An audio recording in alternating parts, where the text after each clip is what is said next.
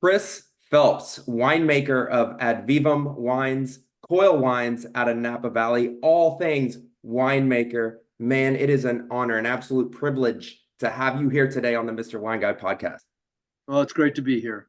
Thanks for inviting me. Chris, when your son Josh recommended that I should have you on this podcast, I was floored. We were doing an interview and he said to me, do you have any more people that you would want to have on the show? And I said, I have a few spots. I would like to have some people on if you have any recommendations. And I didn't tell him this, but you're going through my mind. And he said, okay. And then about, I don't know, half hour later, he says to me, would you be interested in interviewing my dad?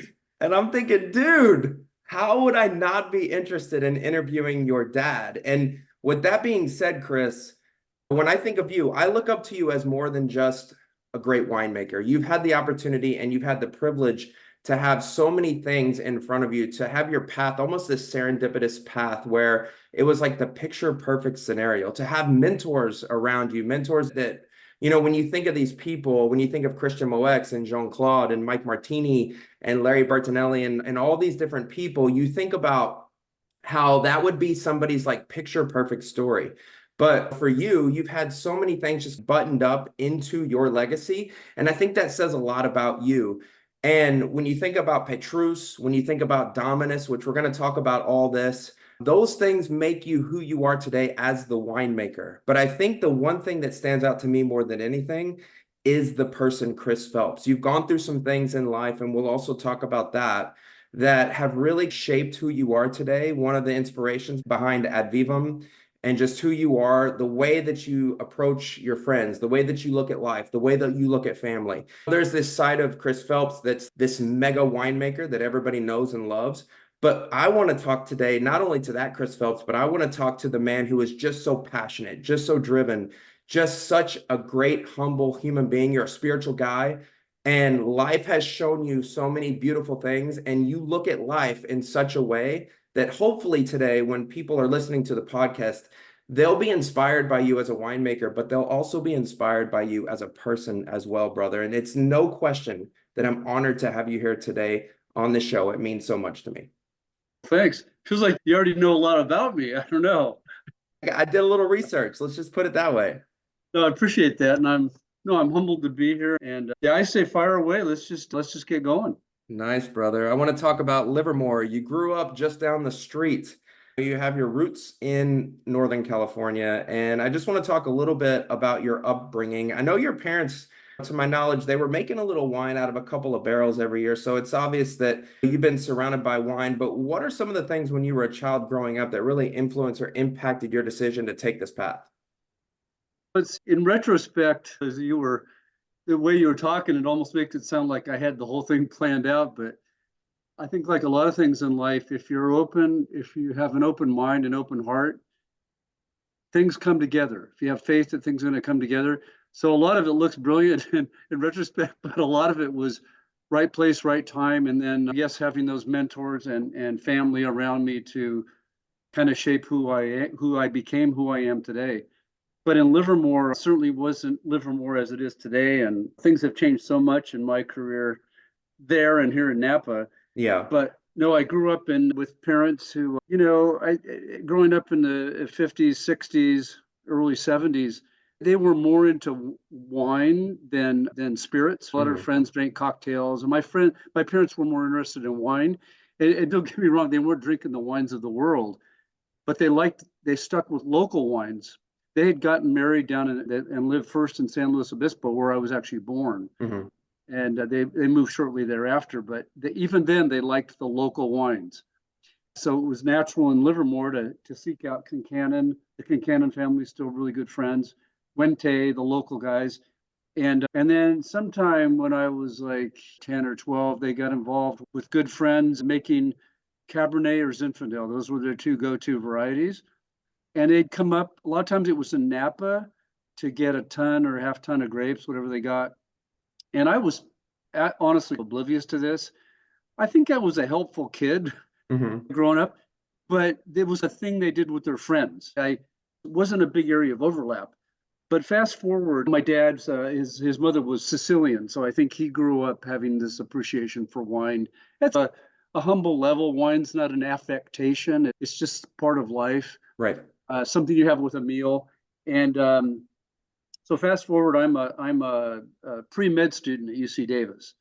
And I put myself through school, which you could do at the time, fighting wildfires. So I was on helicopters and stuff like that. But literally, I'm 19 years old. I'm out in the Idaho desert in the sagebrush, and I meet my first wine geek friend. Mhm. And at 19, I don't know about you at 19, but I didn't want to spend a lot of time talking about wine. I knew nothing about wine. Same. But this guy was all about wine. And this guy, Mike, really my first mentor in a way, super brilliant. And I said, man, you're studying some other field up in Humboldt. You got to come back. You got to come to Davis. They have this viticulture enology program. I didn't really know anything about it, but man, it's tailored for you. Yeah. So next thing he gets into a few months later, he's at Davis and he's in the program. And he worked on me for a little while before I had given up on pre-med and then engineering and just he cornered me and said, and then the clincher was we went to my parents' house for Thanksgiving one year and he went down in the cellar that I had hand dug when I was in high school from my folks. And he said, your parents' wine is unbelievably good. Wow.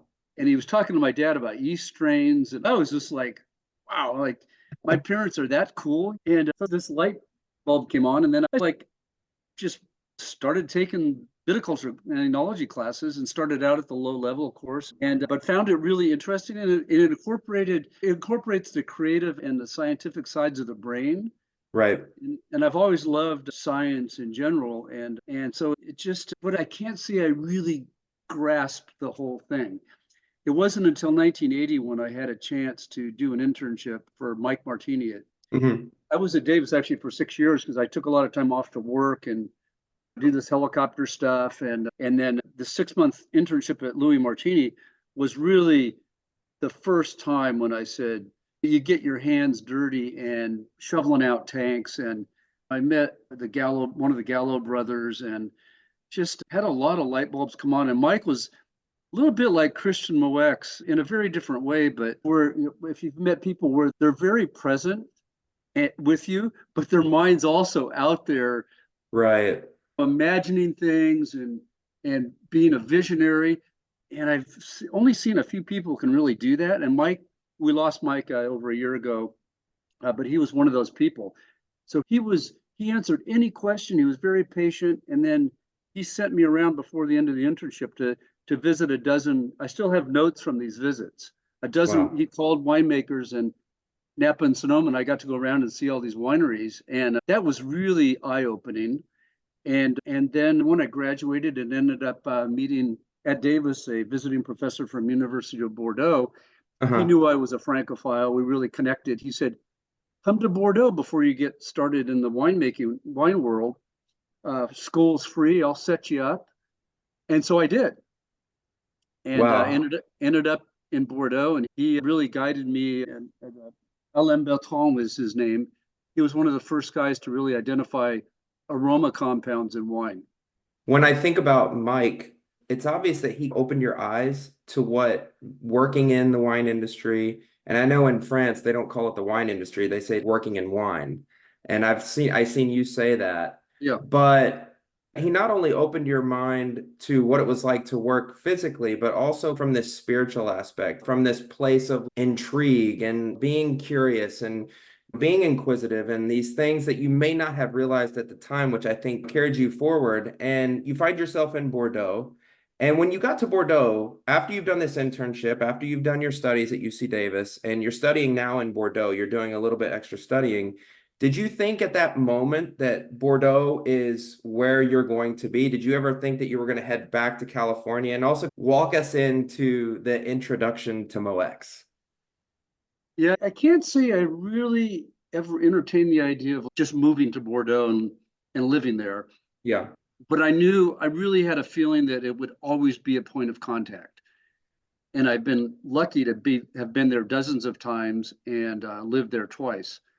I just, there was something, they've been at this stuff for a long time in Bordeaux. So even academically, it was really cohesive. At Davis, the professors didn't really mesh with each other. They all taught, some were more pragmatic than others, some more theoretical.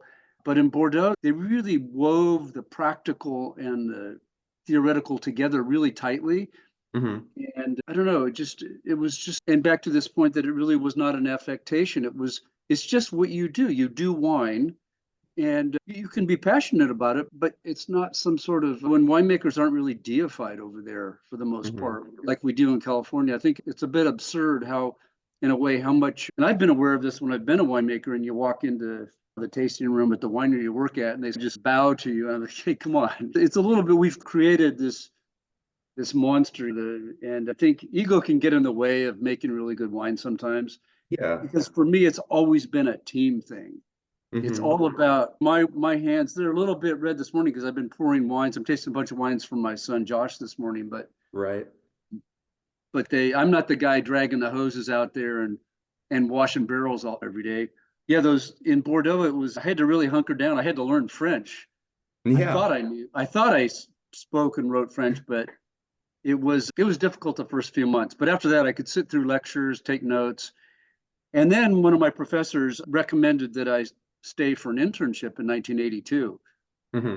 after finishing school. And my fiance, my wife now of 40 years, was visiting and ended up coming to a couple of my interviews with me. One of which was with Christian Moex, who had rearranged the appointment, the day and the time, like several times. I Uh-huh. found out later that he was virtually never at an interview for an intern, but what I didn't know was that he was going to start this project in California called Yeah. Dominus.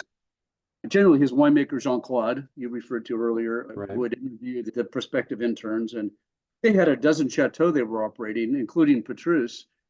And I don't even think the word Petrus was spoken that day when I interviewed, but I ended up having an offer to be an intern for 5 months. My other two offers were for just a number of weeks. So that was pretty intriguing. But I was a little put off by the interview and wasn't sure what to think. And it was a little, Christian was like the most elite kind of winery owner I'd ever met in my life. And I didn't know what quite to make of him. Right. And so I said I'd get back to him, which of course you don't say, No. you know. But French friends had told me you really need to take the Mouex thing seriously because whatever you might think about the people you met, they're the real deal. Hmm. And it's just a world you don't know about yet. So that kind of stuck in my mind. And then you've probably heard my postcard story. Tell it for the listeners. Tell it for the listeners. It's pretty funny, but the Because thing, real quick, because Chris, I think it's interesting because it didn't happen the way that it was supposed to, but it ended up happening in a better way. And I want to hear it from you. oh yeah, it's amazing. Yeah, I was just thinking it was just Epiphany, the Feast of Epiphany, and there's you learn about going a different way. It's part of the story of Epiphany, but Hmm.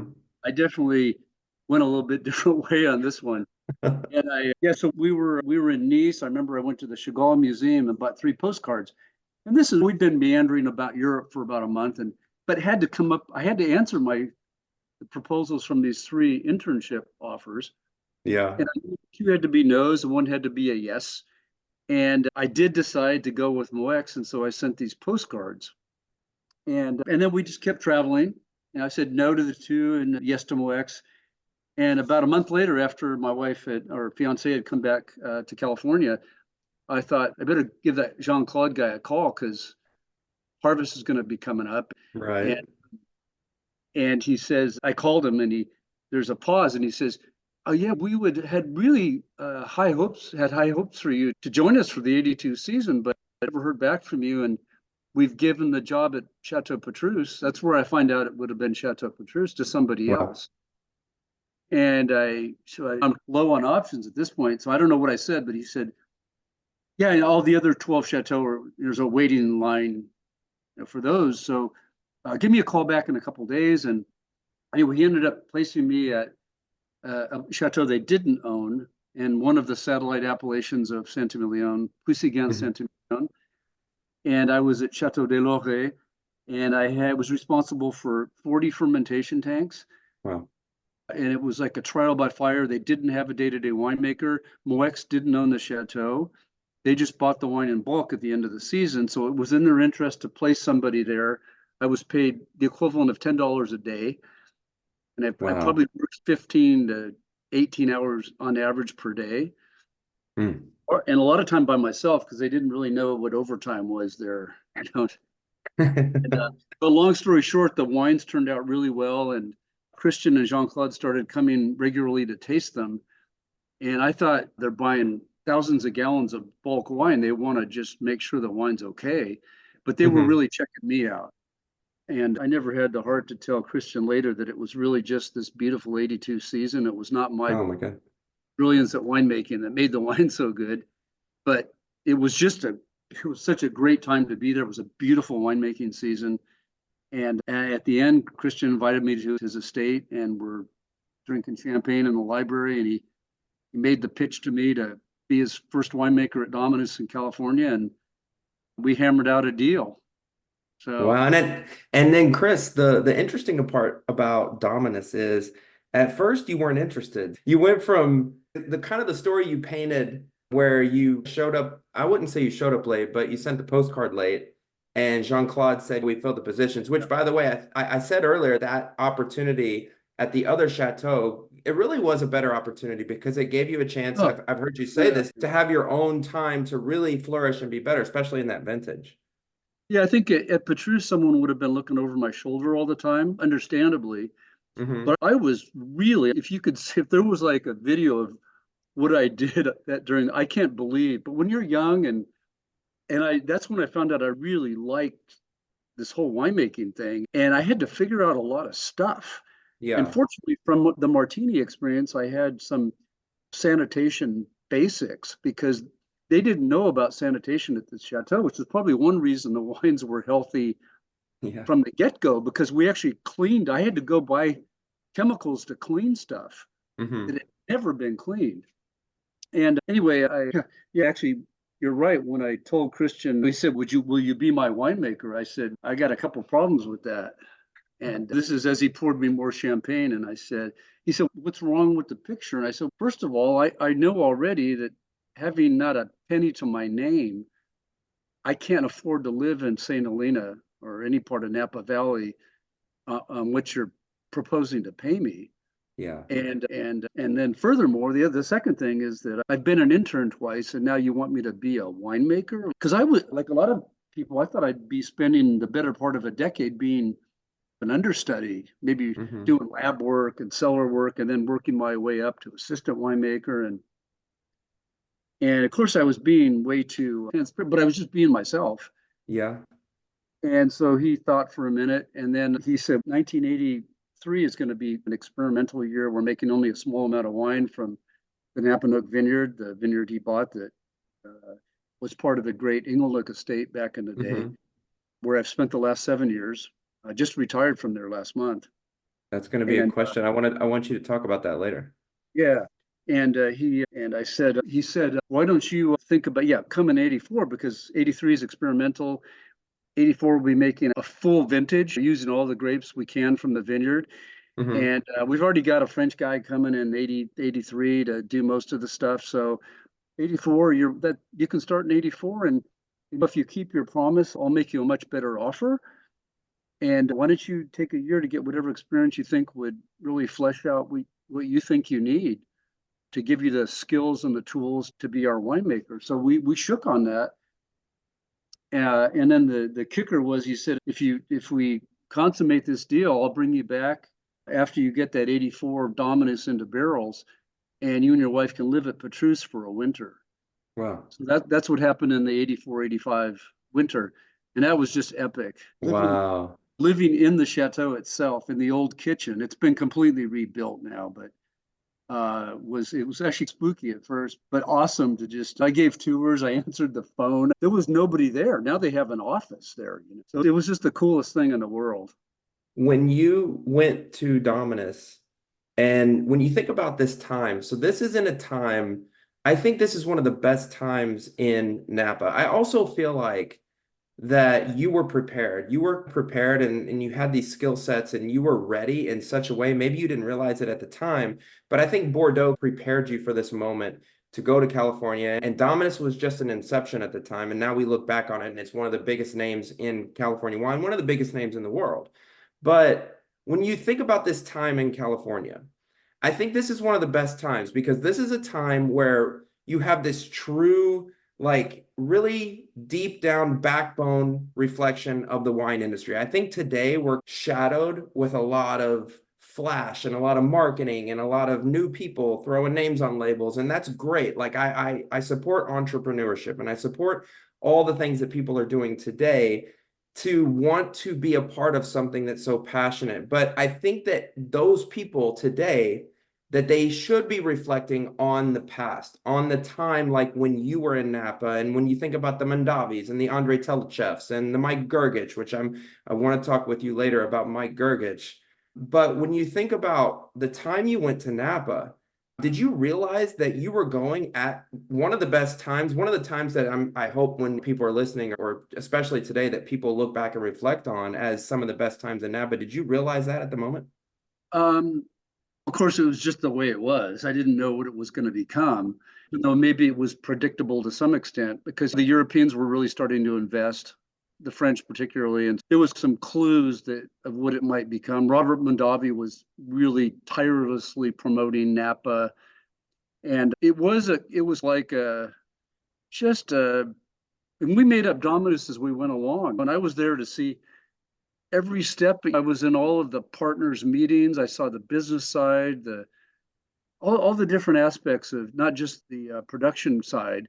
We spent a lot of time in the vineyard, so it was, and it was, yeah, it was Napa, but I had this unique uh, link to Bordeaux too, because, and thankfully I had spent a year and a half in Bordeaux already, and so I knew a lot more about the French mindset, and particularly Bordeaux is a kind of a special case. Christian Mouex's sort of mindset, Jean Claude's wine aesthetic, if you will, his sort of his approach. And a lot of it is pretty primordial, and we make things absurdly complicated sometimes, even the way we talk about wine or Yeah. describe wine. And so I think by having that, seeing that synergy of two cultures coming together in with wine enriched my beginnings in a way that I couldn't have planned it that way. It Yeah. just happened. And one of the things that has kept me in wine for 40 years now is the collegial aspect, which was even stronger 40 years ago. I was at a tasting yesterday at Pine Ridge Winery. They do a big barrel trial with about, I don't know, 30 or 40 different barrel coopers. Yeah. And I saw a lot of my old colleagues there from that, you know, I worked with back 40 years ago. I can call any of those guys, Tom Rinaldi, Wow. uh, Heidi Barrett, Bob Levy, these guys I've known for 40 years. And we would do anything for each other. You know, if you had, because you never know if, you know, it's humbling. Life is humbling, but winemaking is the same. And I don't know, have all the answers. I might have some problem with a yeast or bacteria or a piece of equipment, but Hmm. there's someone around. If I don't know the answer, there's someone around that does. So we lean on each other. And I don't know if a lot of other fields are like that, but wine has been such a rich culture for me to be steeped in all these years. Yeah. And to be able to go back and forth to Bordeaux too. So I have some deep relationships there too with some of the great people in Bordeaux. And now that I'm retired, still making my own wine, still helping Josh with his, I hope to have more time to go there. When I think about these relationships and I think about these people, like the when you name those people, it's like the Mount Rushmore of winemakers, like just in general, not just in California. And you are also one of those people. And I want to talk about one more thing as it relates to Dominus real quick. I want to talk about the 91 Dominus. And the 91 Dominus is, in my opinion, one of the top five wines that I've ever seen come out of California. And when you think about the 73 Chateau Montelena Chardonnay, when you think about a number of Heidi Barrett's wines, Helen Turley, all these different people, I'm also thinking about Dominus. I'm thinking about the 91. And I think the 91, it's one of those wines that sets so many people apart, and it speaks and it sings when you drink it. And it's so young even today. What is it like to know that 91 is a wine that fell under your responsibility? And how did that 91 really affect your career moving forward? I think that's my favorite. 94 would have been close, but missed the mark slightly. But 91 was definitely my favorite wine that we made while I was at Dominus during that first dozen years of that brand being alive. And I think there's a couple things. One is I think I had evolved as a winemaker, but the whole Dominus enterprise had evolved. And we'd learned a lot more about the vineyard. I look at 83, 84, 85. They were experimental wines in a way. It was like because we're making this whole thing up and learning about the vineyard. So the tannins were pretty hard. Hmm. 86, 87, a little more refinement, and maybe 88. And then 89 was a start. 88, 89, and 90 were definitely had some. I've had the 89 recently, and it was not the best season, but it's a pretty good wine today. 90 was a smaller vintage, but glimmers of hope.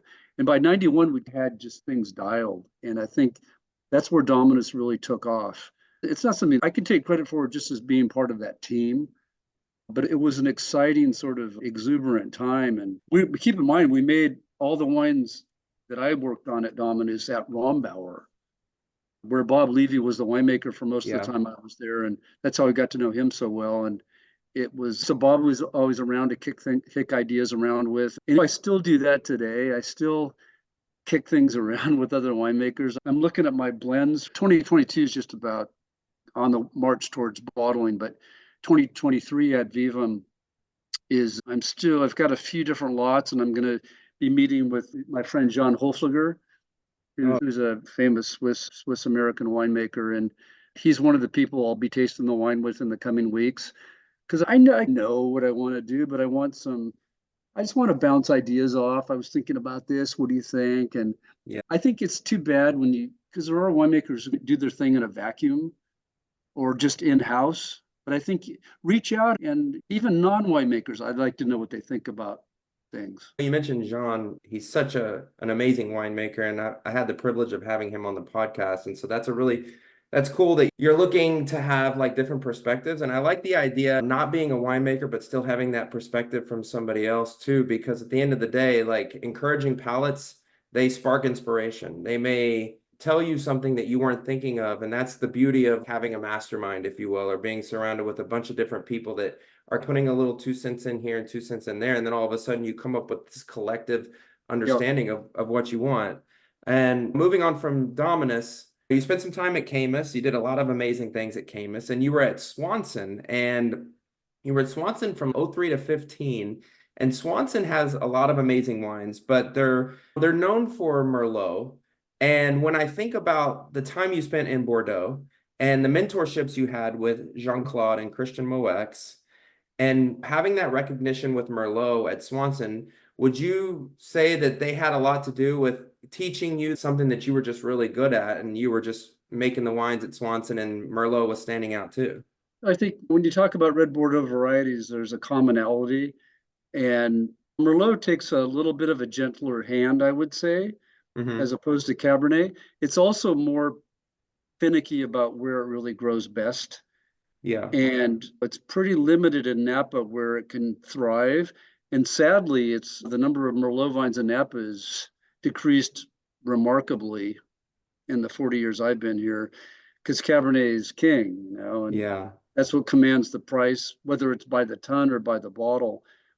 And I think, arguably, we made some world-class Merlot when I was at Swanson, but the problem was sales and marketing. There were some constraints on us, not to name anybody, but there are just the structure didn't allow for catapulting us into making those wines be understood around the world as seriously good Merlot. And Yeah. then the whole sideways effect had an unfortunate, people just didn't drink Merlot. Mm. And it's been an uphill battle ever since. It's weird. But Yeah. I would say today, if I found really good Merlot, I'd love to bottle Merlot. but it's a little bit of an act of courage to bottle something that says Merlot on it. And when I was at Swanson, we had a seminar we took around the country. We were in Florida a bit doing it, preaching the Merlot gospel, I called it. And the seminar was called Merlot Fights Back. Oh, I like that. And we'd spend a couple hours in a restaurant that had been closed, calling a bunch of trade, some media. And you'd be invited if we were doing this today. And we had a lot of fun and had Merlot wines from around the world, did blind tastings. And we called our need to put Merlot on the label here a New World handicap. Yeah. We're so obsessed with the variety. Yeah. If you pick up almost any bottle of French wine, you have to work to find out what's actually in it. Mm-hmm. It's the Chateau Gallagher. You know what you're getting. You've developed confidence in that brand. Yeah. And you can rely on it for quality. Yeah, we tried to fight the good fight. I do think that there is something to be said about Merlot today. I think that a lot of really good Merlots, like Bob Foley makes a good Merlot up in Howell Mountain. David Tate makes a really good Merlot up in Spring Mountain. And so those are just a couple of guys. And I think that it really just takes somebody who has that passion to really spearhead the controversy, but in a way, you almost have to take the marketing out of it and just like slowly reintroduce it. Because if you're trying to press marketing, I think even today, it's one of those things where it's a little challenging because people are so stuck. I think California, just my opinion, I think California, it's a place where people love to grow Cabernet for the money, but I think there's a lot of other varietals that would do good, just as good, if not better, in California. And so hopefully we can move past that one day and have more of a terroir expression instead of like a marketing expression, if you will. Mm-hmm. Yeah, But I want to go ahead and jump into Ad Vivum. And Ad Vivum started in 2007, but I feel like it really started back in the early 90s. And it was you and your buddy Larry, and you were like sharing your love and passion for wine. And so before we get into the meaning behind the name and some of the nuances and the meaning of the symbols on the bottle and things like that, talk about actually like where it really started in the early 90s. Yeah, I think it was 1990. I met Larry Bettinelli and we developed a fast friendship.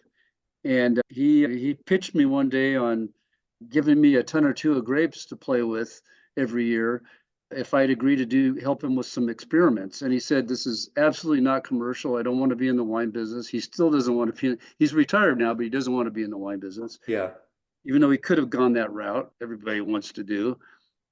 But he had vineyards planted in around Napa Valley, from Pope Valley all the way to Rutherford and Yountville, but was not being paid well for his fruit. And most of the fruit was contracted to big corporate wineries. And he was getting zero feedback about the wine. We got it's just about tonnage and bricks. You know, it's like, and he wanted to go beyond that. Because, hey, that was a time when people were really realizing Napa was on a tear. And he wanted to ride the wave catch that wave that was coming. And it was still time when that second coming of AXR had devastated a bunch of vineyards in Napa and people were replanting. So he had this opportunity to replant, think about clones and row direction and spacing and all kinds of considerations for planting. And what could he do to grow the best grapes possible? He needed money for that too. And if he's just selling wines for under Napa Valley average, it's going to be tough, or grapes. So he cooked up this idea that we would do all these experiments.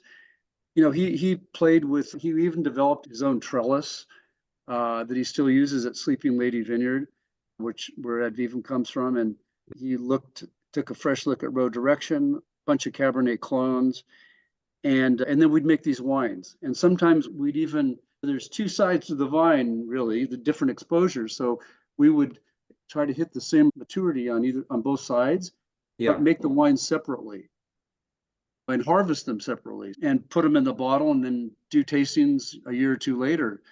And all of this was fun. I wasn't paid for any of this. It was just fun. And when you're younger, you seem to have time to do that stuff. And it also became the wine that we drank at home, both of our families.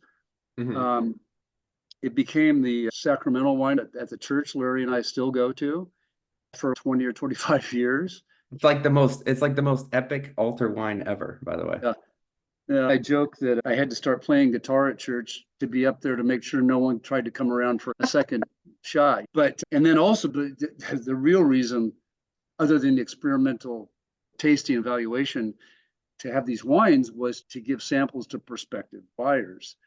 So Mhm. pretty soon Larry is hawking these grapes to some fancy pants winemakers. Hey, my buddy Chris, who's over at Dominus or Camus, wherever I was working, made this wine and check it out. And he gives me like way more credit than I think I deserve because he's the Yeah. guy doing the hard work in the vineyard. I'm just making the wines. And he bought me good barrels and stuff like that. It was literally a homemade wine for many years. And he started to get some traction with the grapes he was selling. And today, Bettinelli family has catapulted themselves into being among this, I'd say the top three vineyard management companies in Napa Valley, and they Wow. own some of the best vineyard land. Uh, and yes, that can lead right into my wine project. And Mhm. I never thought I'd be in the wine business myself. Here I said business. I try not to say that, but in wine personally, because I know Yeah. it's a lot of details. And that's why I love the name Francis Coppola gave to his wine, Rubicon, because you really do cross the Rubicon when you start making wine. It's Right. a commitment. You don't just do a one. You could do a one off, but and then just I run my company by myself, and it's a lot of work. But my son Josh, as you may know, talked me into it. He's Yeah. told me to admit I didn't have a retirement plan, and hey, Dad, I'm going to start my own company anyway, and you're going to help me. You might as well get your own going. And I resisted for a while, but then yeah, in '07, things just came together, and Larry had at this point I'm at Swanson Vineyards, and Larry had delivered me a couple tons of Cabernet from what I now realize is the best area of this new vineyard, which at the time was called Reese, Yeah. uh, down there in Yountville. It's the southernmost vineyard in the Yountville appellation. One step more over the creek, and you're in Oak Knoll, Mhm. the coolest part of Yountville. And but I remember I was cold soaking the grapes, hadn't even it'd been processed the fruit, but it wasn't fermenting yet, and just practically falling off the tank when I smelled. Mhm. If you had been there, you would have said, "Wow!" Just Yeah. the color of the juice and I could tell right away there was something different about the juice, and this extrapolated to the wine too. I think you had Vivum, and I've been already tasting the 18 this morning. There's some little top note, some grace note in music, they call it, that makes this wine just a little bit different from any other Napa Cabernet that I've tasted. And Yeah. that was what was really exciting. And I saw this in the juice form. And that led me to convince Larry to, hey, I know we've been doing these experiments for at that point 17 years, but hey, what if you sold me this processed fruit? Because I want to make a wine. And so that's what happened. I made that wine I owned it at that point. I got all the licensing and the bonding, and that became my first commercial wine. When you think about the name Ad Viva, there's a story that I want you to share of an experience that changed your perspective on life. And it's not that you didn't appreciate life. I think you just had more of a love and a passion for what was important. We all take things for granted every single day. Like I'm a very passionate guy and I love what I love. And I look back on my life sometimes and I'm like, how did I get here? Because it's just so crazy sometimes the path that we take. But there is a part of me that I know you share that you're just so passionate about some of the things, maybe based on your experiences, especially for you in this case, that makes you see life different. And it was the inspiration for Ad Vivum, for the name. So I want you to share this story. This is one of the things that I think is probably the most important part of this podcast. And it really says a lot about who you are, not just as a winemaker, but just as an incredible human being. Oh, thanks for the opportunity. I'm actually happy to talk about it because it's extremely personal, but it's also something I really like to share, which is what the best things in life, like wine, right? Yeah. Uh, my wine's personal, but sharing it is so fantastic. So yeah, I had bottled the 2007 what was going to be at Vivum without a notion of the name. So there was Hmm. nothing, there was no label, there was nothing on the cork. And so I was fishing around for that. But in 2005, so 2 years prior, I was for 20 years I was a Boy Scout leader, assistant scoutmaster, and my son Josh and his one of his younger brothers were also they're Eagle Scouts, and I was in during the whole time they were Boy Scouts. And I love the outdoors. I really live to spend time outdoors. And that's one attractive thing about what I do because I get to spend a lot of time in vineyards. Hmm. And some of these vineyards are just breathtaking, and it's a contact with nature that I really appreciate. But we did a lot of outings with our little troop one here in St. Helena during those years. I would say hundreds of outings actually. Yeah. But the biggest, most epic backpacking trip was, and I've done this trip several times now since, but was in 2005, and we were taking the High Sierra Trail, it's called, from the Kings Canyon locale on the west side of the Sierra Nevada range, not far from Hmm. Fresno and the Central Valley, and then taking about a 90-mile path completely over the Great Western Divide, over the Hmm. Sierra Nevadas, the big passes, and then dropping down into the Kern watershed and then up over Mount Whitney to the Nevada side. So it's a pretty big trip, and it was by far the most physical thing I had done at up to that point. And so I was there. One of Josh wasn't there, but his younger brother was one of his younger brothers was with me, and we were 2 nights away from summiting Whitney and finishing our trip, and it was a trip of a lifetime, really. It felt, and everybody had that mountain high going, and um, we were all in really good shape because we've been doing nothing but working out for a week all day. Yeah. And we were hunkered down, 7 of us under a tarp because it was a pretty serious hailstorm going on, thunder and lightning. 4 other people had camped nearby, but they weren't with us. And at some point, all 7 of us were struck by lightning, and I think we were blown over a few feet. I didn't wake up where I started out, although I was hardly conscious of what was going on. And I think perhaps that all 7 of us, maybe all of our hearts stopped, Hmm.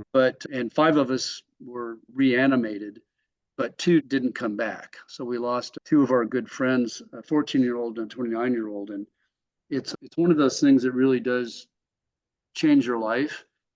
And I think for all of us, it was a different experience that day. And then even today, when I see some of those guys that were on the trip, we all have had different things happen to us, but it all affected us deeply. Yeah. And and also I've stayed in very close touch with the first responder. He was a ranger, and there's a lot to say about that, but he's one of my heroes. And he's still up in the Sierras, and I try to see him every summer when I go up there. So when it came time to name the wine, I truly didn't know what to do, but I really sensed that I had to I had to honor life in general. And I like Latin. I liked the word Dominus and other Latin-esque names.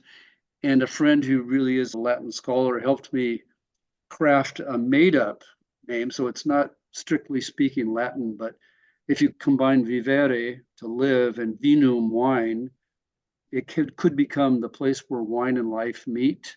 Hmm. And then odd is a little helping word that means you're intentionally choosing to go to that place where wine and life meet. And because I truly believe that life is our greatest gift, we all have multiple stories about why that statement is true. I'm sure you do. Yeah. Yeah, absolutely. And I have others, but the big one is the one I've told here. But if that's your greatest gift, perhaps wine can enhance your life if used in a good way. So that's where the name came from. And then the symbol is the seed or flower of life, which goes back to ancient civilizations, Babylonia and the Kabbalah.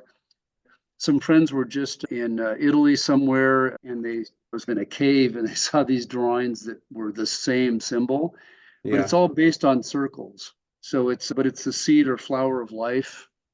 It's a symbol of life and fertility. So yeah, hopefully it conveys some of the, I don't know, but life is so beautiful, and I think I really do believe that, and I try to put into my wine some of that.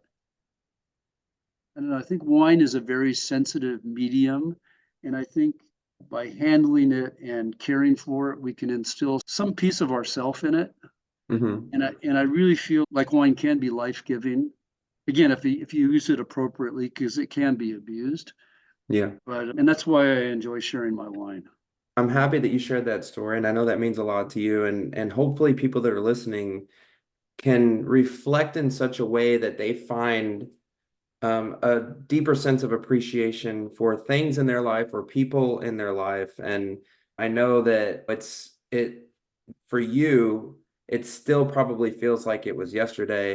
Yeah. And I know that that took a lot. So I appreciate that. And when you talk about the life in wine, I feel like there is some sense of a spirituality to terroir. I don't feel like terroir is just necessarily about specific site and place and soil and ash and volcano and all that. I think there's this spirituality to it, and I like how you pointed that out. But piggybacking off of things that you are appreciative of or things that you love and that you're passionate about, let's talk about Josh. You get to make wines alongside your son. So, talk a little bit about that. How cool is that to get to work alongside your son? And also, how would you parallel your wines when you think about Sleeping Lady Cabernet with at Vivum, or you think about Coil wines? How would you parallel in such a way? Because Josh's wines, I feel like they're so different, but I feel like at the same time, the both of you approach in such a similar way. So, talk about how much you appreciate your son, and also how would you describe the parallel between the two of your wines? Yeah, it's a great question, and it's one I probably need to give more thought to, but I'll pinch hit here. But I think it's surprisingly easy to work with Josh on wines, and I think it's getting even better as time goes on. And I know it's unique to be able to work with any family member, let alone a Hmm. close one.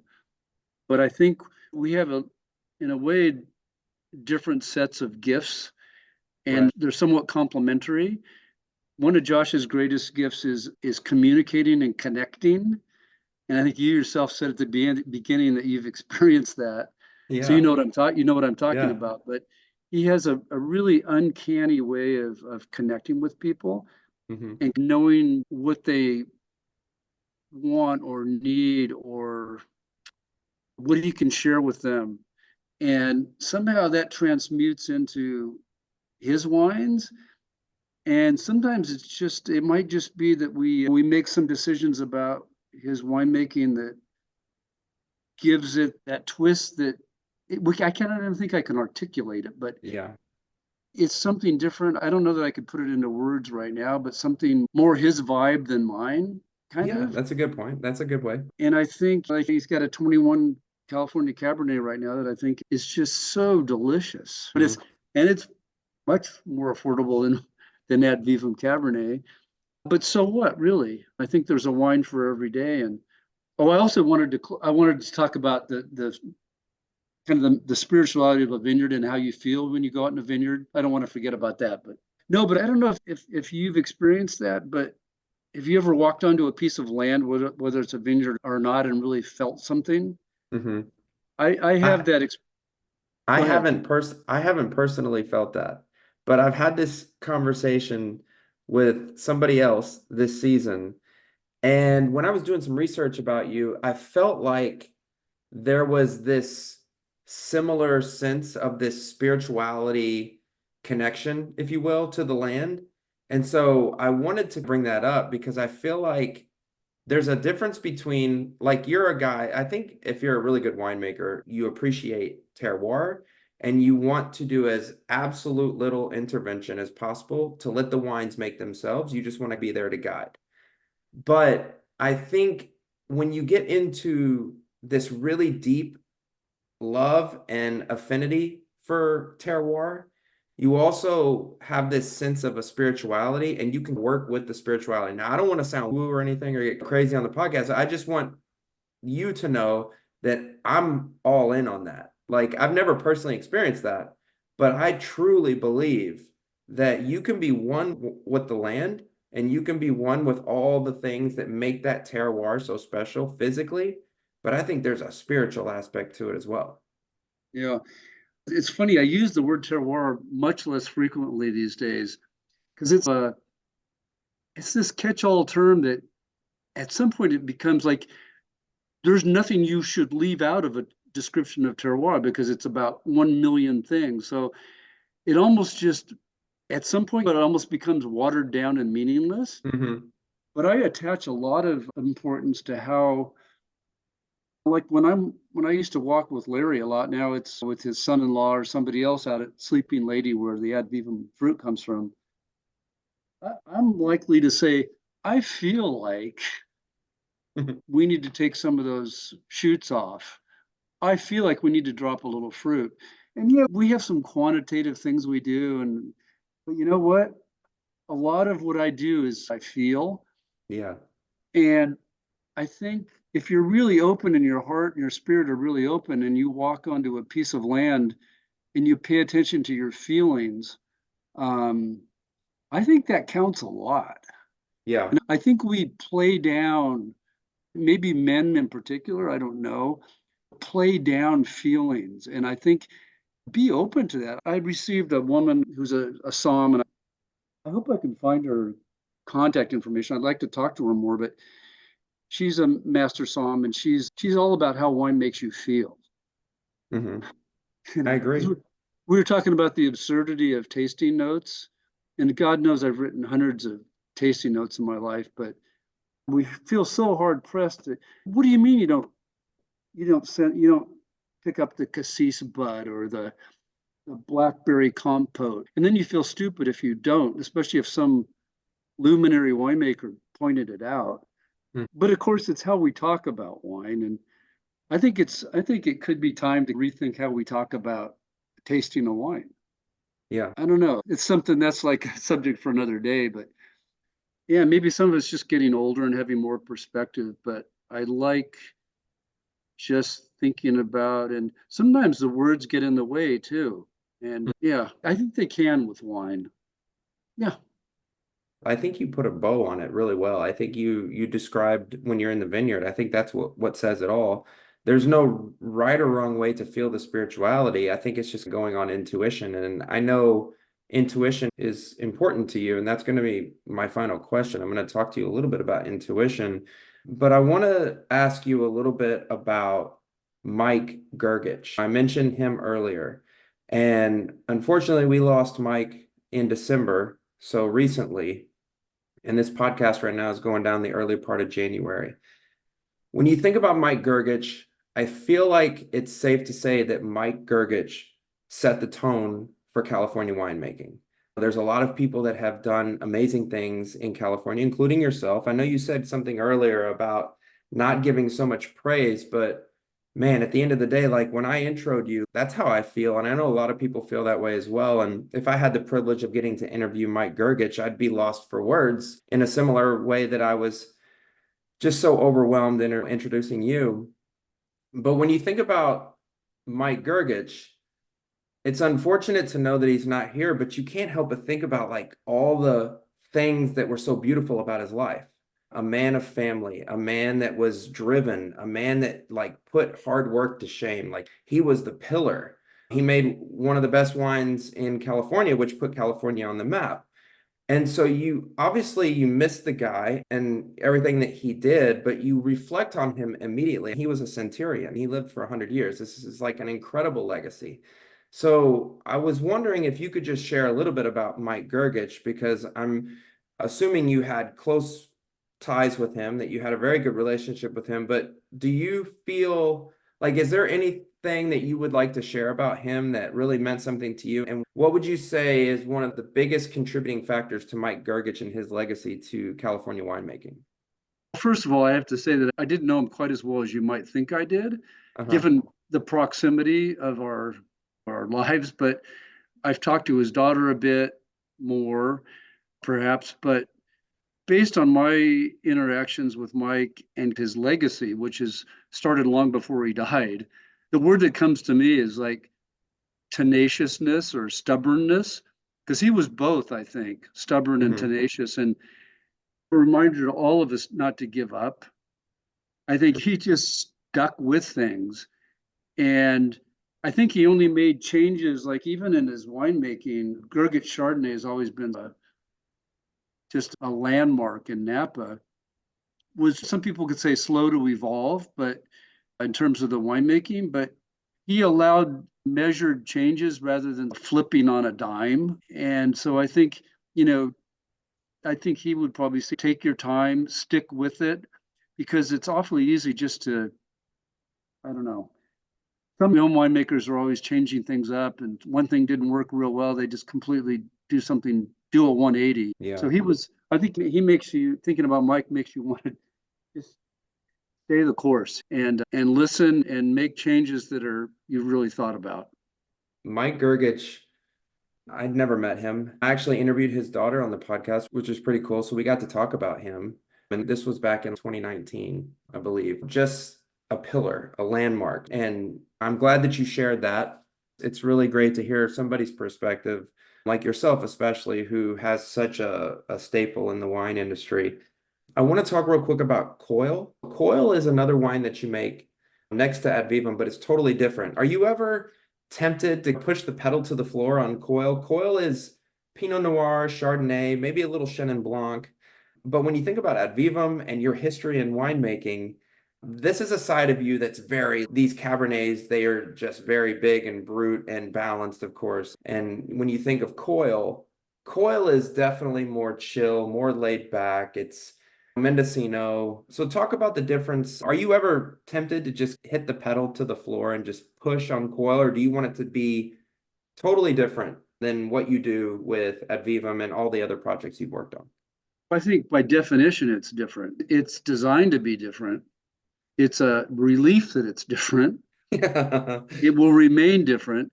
And I think just to close on Ad Vivum, I think, and all the wines we make are 100% varietal, which I Yeah. was not by plan, but if you think about it, but I think Ad Vivum, I try to straddle. There's people say, how do you make the wine? I say, well, I can tell you about 100 things I don't do. There's, it seems like there's Yeah. a lot fewer that I actually do because I'm trying to show restraint in all my winemaking Hmm. and not go to and not be extreme in any way. Not don't over extract, don't pick too ripe. People were surprised in 2023 that I made a wine that's 14.1 alcohol for Ad Vivum. Yeah. The people were really pushing the limit on harvesting at Thanksgiving, trying to eke everything out. Wine is a beverage, and this leads right back to Coil. Any wine I've been involved with, wine is a beverage. It's for enjoyment, and it has to be that. You should want to drink a bottle. I'm not suggesting you drink an entire bottle, but you should want to. It should be that enjoyable. Yeah. And I, like a lot of people that are in the Cabernet world, I don't want Cab every night. Sometimes I want something else, and I happen to really enjoy Pinot, and it's the antithesis of Cabernet, Yeah. like you said. And it's just, and we just, this Signal Ridge Cabernet from Mendocino Ridge just fell into our lap. A really good friend of Josh's owns the vineyard, Hmm. and it's been such an eye opener to get involved with.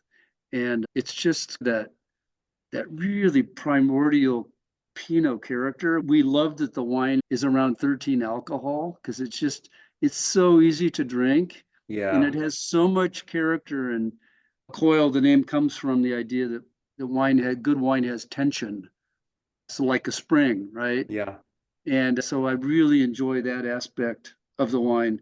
And that translates, I think the Chardonnay, we made Chenin Blanc, you're right, old vine Chenin Blanc, but now we're making Chardonnay with the same kind of vibe. Hmm. No new oak, no ML, and really tasting like Chardonnay and not like wood or butter. So it's a lot of minerality. That's from Petaluma Gap, Yeah. San Giacomo Roberts Road Vineyard. Oh yeah. And I don't know, I love the purity of expression of those coil wines. So think about tension when you think of those. Yeah. The coil label is pretty cool too. It's got this like Yeah. deep, bold kind of cursive vibe. Yeah. And so you think about going back to tension, how if you took even high school physics, when you compress a spring, you create potential energy. And when Hmm. you release the spring, that's kinetic energy. I think if a wine has potential energy and you put it in your mouth, if you feel an energy release, if you feel Yeah. nothing, that's a message too.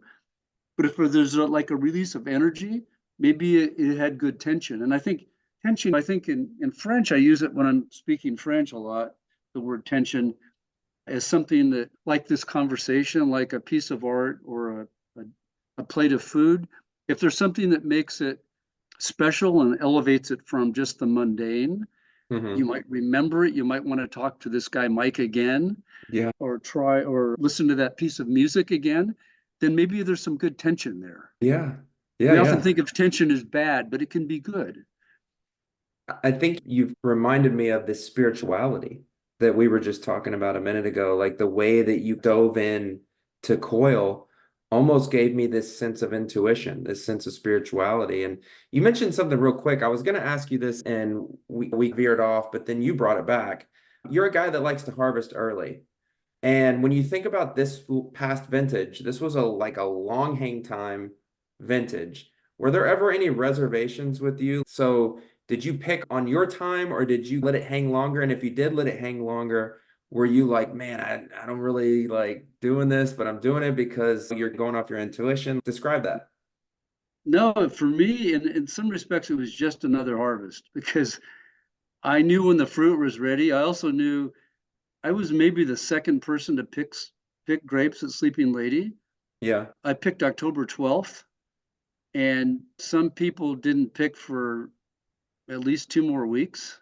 Yeah. But I never use the word hang ever. I never say Yeah. hang time because I just don't like. My 4-year-old granddaughter tells me never to say hate, but I don't like the term hang time because why would I let it hang or stay out there if I think it's ready? If I don't know if it's ready, I shouldn't be doing what I'm doing. True. But I'm waiting for, and it goes back to Jean-Claude Barraway with me in 1982. Okay, Chris, these red varieties, whether it's Cabernet Franc or Petit Verdot or Merlot or Cabernet Sauvignon, it's the same deal. You want to wait for the disappearance of the overtly green pyrazine like flavors. And then you need to feel that the tannins, you can feel ripe tannins when you chew on the skins. Right. That's where you're going to find the tannin. And if it's really astringent, it's too early. If it feels like it's going to melt, some of it's better in French, but if it feels like it's going to melt in your mouth, you're there. Yeah. And I've always trusted that. Yeah, some vintages it's a little harder to discern, but for some reason it wasn't hard for me this year. And I got huge color and a beautiful texture with my wine. Speaking of at Vivum this year, but I was surprised at the decision of a lot of colleagues to pick later. Hmm. But there's some folks who picked when I did. Yeah. Um, Kathy Corson's always super early. She picked 2 weeks before me. Oh, well. But I think you have to march to your own drummer, and I try to really pay attention to my intuition and how if it feels like the right thing, Hmm. regardless of the numbers, by the way. Yeah, you've definitely been doing that your whole career, and it's obviously worked out. And Chris, how can people find you? How can they learn more about you through social media, through websites? How can they sign up for Advivum, for Coil, and just get connected with you?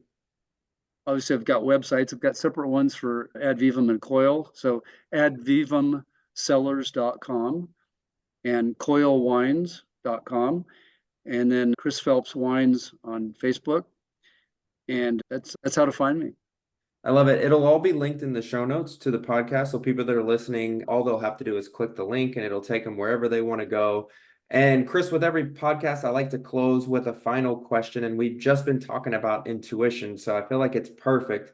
But intuition is arguably one of your biggest strengths as a winemaker. So, what advice would you give someone in wine or just in general as it relates to trusting your intuition that has really been a key ingredient for you as a winemaker or just to your overall success? And I think it's one of the first things I said in our conversation was that it's really important to be open, have an open mind, an open spirit, and be prepared to surprise yourself. Because we're such creatures of habit. We're disinclined to experience change. This applies to our current society in the US. Yeah. But just, you know, talk to colleagues and anybody you can about what you do and get feedback. And do the same for them. And just be kind to yourself and to other people. Yeah. I love it, Chris. When I came into this podcast today, I was super excited. I always get nervous, and I was definitely nervous for this one because you are somebody, like I've told you, and I know you don't want to hear the beat of the drum to your own sound too much, but I just can't help, man, but think about just how much of an honor and a privilege it is. And you had mentors and you have mentors. And you are like an indirect mentor to me. You're somebody that inspires me. I know you inspire so many people with your wines and with your storytelling and social media and things like that. But just knowing, I have to pinch myself sometimes thinking about the honor it is to have the guests that I have on the show. And obviously, that's no question with you. You're an incredible winemaker. You're an absolutely incredible guy. And I look at you today and I consider you a friend. I consider you somebody that I just don't look up to, but that I want to be more like, that I want to learn more about wine as it relates to your knowledge in wine. And I want to do this kind of reflection on life, the way that you have reflected on life over the years, because even though I feel like I'm doing a pretty good job, I feel like I could always do better. And it's stories like yours, or it's people like you that inspire me in those ways. And hopefully you've inspired other people on the show today in such a way. And hopefully people that are listening are going to jump on and get some wine, sign up for some mailing lists, and just get connected with you. So I do want to say, man, from the bottom of my heart, it's an honor to have you here today on the Mr. Wine Guy podcast. Well, Mike, you've inspired me today too. So you have good charisma and your questions were insightful. And I appreciate the deep meaning behind what you're doing. So I look Thank forward you. to sharing a glass of wine with you when we meet up in person soon.